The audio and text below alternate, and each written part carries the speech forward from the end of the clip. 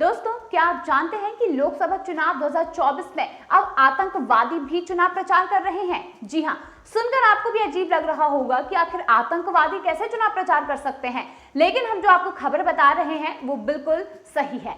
बता देते हैं कि जो आतंकवादी प्रचार हो रहा है वो प्रचार बाला साहब ठाकरे के सुपुत्र उद्धव ठाकरे की पार्टी शिवसेना के कैंडिडेट के लिए हो रहा है।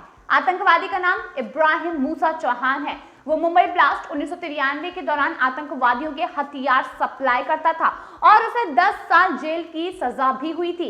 अब वो मुंबई नॉर्थ वेस्ट सीट से शिवसेना यूबीटी के कैंडिडेट अमोल कीर्तिकर के लिए चुनाव प्रचार कर रहा है और आम जनता से वोट मांग रहा है।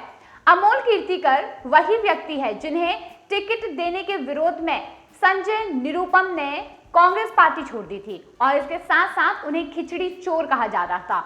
बता देते हैं कि अमोल पर कोरोना काल के दौरान खिचड़ी घोटाले का आरोप है और उनसे ईडी भी पूछताछ कर रही है। हालांकि इस लोकसभा चुनाव में अमोल कीर्तिकर उद्धव ठाकरे के भरोसेमंद साथी है और उनके लिए उद्धव ठाकरे ने कांग्रेस से भी पंगा लेने से गुरेज नहीं किया। अब उन्हीं अमोल कीर्तिकर के चुनाव प्रचार में इब्राहिम मूसा जैसा दुर्दांत आतंकी उतरा है और उनके लिए वोट मांगता हुआ नजर आ रहा है। मीडिया रिपोर्ट्स के मुताबिक इब्राहिम मूसा के चुनाव प्रचार का जो वीडियो है वो सोशल मीडिया पर भी काफी ज्यादा वायरल हो रहा है और इस वीडियो को शेयर करते हुए प्रीति गांधी ने ये लिखा है कि मुंबई ब्लास्ट 1993 का दोषी इब्राहिम मूसा उद्धव ठाकरे की शिवसेना के कैंडिडेट अमोल कीर्तिकर के लिए प्रचार करता हुआ दिखाई दे रहा है।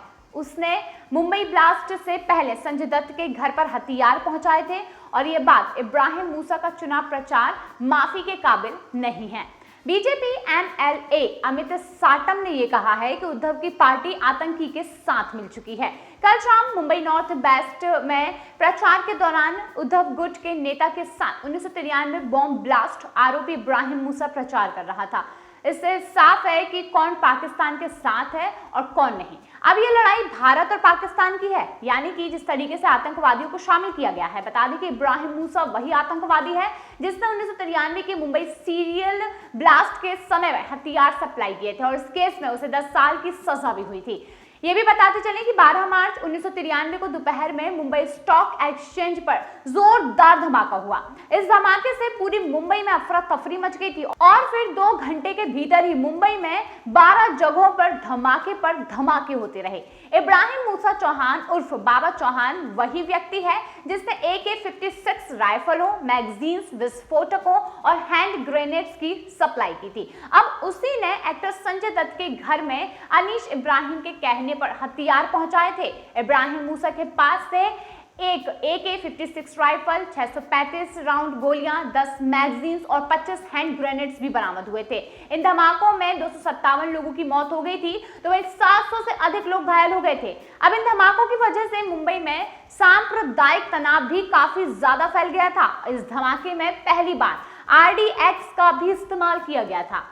अब इस केस की सुनवाई टाडा की स्पेशल कोर्ट में हुई थी और फिर इसे देश के सबसे अहम मुकदमों में से एक माना जाता है। अब इन धमाकों के पीछे दाऊद इब्राहिम जैसे दुर्दांत मुस्लिम माफिया का नाम सामने आया और वो देश छोड़कर फरार हो गया था।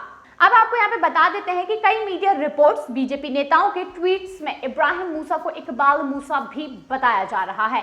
अब ये रिपोर्ट मुंबई ब्लास्ट 1993 केस में हथियारों की सप्लाई करने वाले इब्राहिम मूसा चौहान उर्फ बाबा चौहान के बारे में है, जो कि शिवसेना यूबीटी के उम्मीदवार के लिए चुनाव प्रचार करता हुआ दिखाई दे रहा है। उसका वीडियो सोशल मीडिया पर हर और वायरल होता हुआ दिखाई दे रहा है।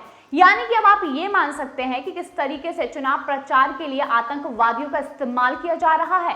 यानी कि भारत में कई ऐसे जगह हैं, कई ऐसे तत्व हैं जो आतंकवादियों को कहीं ना कहीं से सराहना देते ही हैं ताकि वो बाद में भारत देश को नुकसान पहुंचा सके।